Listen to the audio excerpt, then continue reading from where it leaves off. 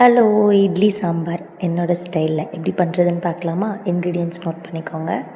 First குக்கரில் துவரம்பருப்பு, பச்சைப்பருப்பு, பூண்டு, வெங்காயம், தக்காளி, அப்புறம் சாப் பண்ண கேரட்டு, பொட்டேட்டோ, பிரிஞ்சால் எல்லாத்தையும் போட்டுட்டு ஒரே ஒரு க்ரீன் சில்லி போட்டுட்டு தேவையான அளவுக்கு தண்ணி கொஞ்சமாக மட்டும் ஊற்றுங்க.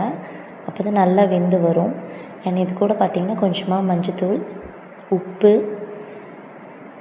அதுக்கப்புறம் கொஞ்சம் எண்ணெய் ஆட் பண்ணணும்னு வச்சுக்கோங்களேன், சீக்கிரமாக நல்லா குழஞ்சி வந்துடும். இது கூட மேஜிக் இன்க்ரீடியன்ட் கொஞ்சமாக ஜீரா, குமின் சீட்ஸ் இதை ஆட் பண்ணிட்டிங்கன்னா அது ஒரு நல்ல ஃப்ளேவர் கொடுக்கும். அவ்வளோதான். லிட்டு க்ளோஸ் பண்ணி ஒரு 4 to 5 விசில்ஸ்க்கு நல்லா ப்ரெஷர் குக் பண்ணுங்கள். நல்லா குழஞ்சிரும். நம்ம மற்றெல்லாம் போட்டு கடைய தேவையில்ல. ஒரு கரண்டியை வச்சு ஜஸ்ட் இப்படி ஸ்டிர் பண்ணிங்கனாலே முடிஞ்சு போச்சு. அவ்வளோதான்.